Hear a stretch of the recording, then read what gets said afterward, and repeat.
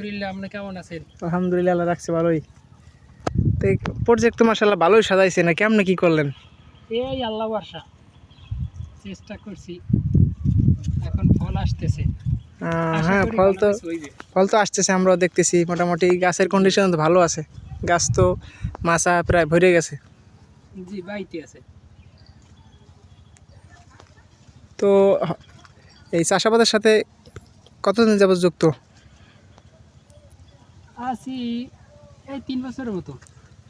তরমুজ কি মাচায় চাষ করা হয়েছে কখনো? না, এই প্রথম দেখার জন্য এই বছর চাষ করলাম। পরীক্ষামূলক। তাই তরমুজের জাতের নাম কি? এটা ইস্ট ওয়েস্টের রেড কিং, নামটা আমার স্মরণে নেই। মানে ইস্ট ওয়েস্ট কোম্পানি। জি, ফলন আসতেছে কেবল নাকি? জি, ফল আসতেছে। আশা করি প্রতি গাছই ফল আছে এবং গাছের কন্ডিশনও ভালো দেখা যায়। তো এখানে কত শতক জমি? এখানে 20 শতাংশের মতো আছে, ওই ফাঁকা জায়গা সহ। ওই ফাঁকা জায়গা সহ 20 শতাংশ। এখানে কি পরিমাণ চারা ধরছে? 1100-র মতো আমরা রোপণ করছি। 1100। এই যে ফল আসছে। হ্যাঁ, ফল এই যে আসা শুরু হয়েছে। মাশাআল্লাহ, খুবই সুন্দর দেখতে পাচ্ছেন দর্শক, গাছের কন্ডিশনও খুবই ভালো। তো বল্লা পোকার একটু আছে। আমাদের অঞ্চলে আসলে তরমুজ চাষ খুবই কম হয় বর্ষাকালে। তো এই নুরুজ্জামান ভাই এবছর আমাদের মনে হয় উপজেলায় প্রথম। আমাদের উপজেলায় আর কখনো হয় নাই বর্ষাকালে। তো মাশাআল্লাহ, নতুন হিসাবে গাছের কন্ডিশন মাশাআল্লাহ খুবই সুন্দর দেখতে পাচ্ছেন।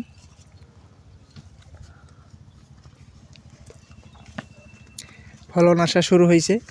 তো ভাই একটু বলেন যে এখান থেকে মানে এখানে কি পরিমাণ খরচ হয়েছে এ পর্যন্ত আপনার?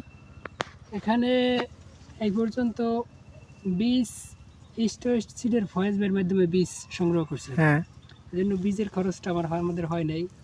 মাচা প্লাস এই মালচিং আর আমাদের এই যে জমি চাষাবাদ সহ এই পর্যন্ত তাতে 1030 টাকা খরচ হয়েছে।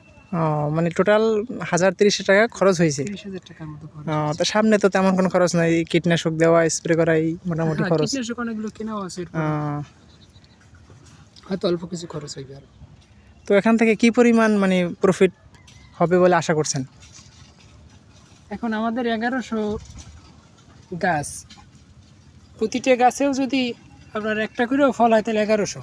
হ্যাঁ, তা তো হবেই। আমরা যে কোম্পানি থেকে বীজ আনছি তারা বলছে যে একটা গাছে 3টে ফল হবে, 3টে না হলেও 2টে হইবে। 2টে করে হইলেও 2000 প্লাস ফল আছে। তা তো অনেক। তো এখন বর্ষাকালে তরমুজ তার কখনো চাষ করি না, রেট দাম কিভাবে কি থাকে ওইটা তো। আমি যতটুকু জানি বর্ষাকালে মোটামুটি 80 থেকে 100 টাকা কেজি থাকে। আর ফলের সাইজ কীরকমের হয় আমাদের তো অভিজ্ঞতা নাই, এই জন্য এটা বলা যায় না।